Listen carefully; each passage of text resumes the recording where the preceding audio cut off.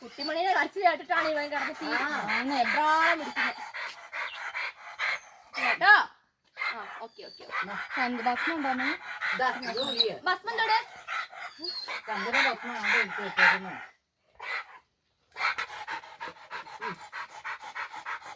കുട്ടിമണിനെ കരച്ചു കേട്ടാ.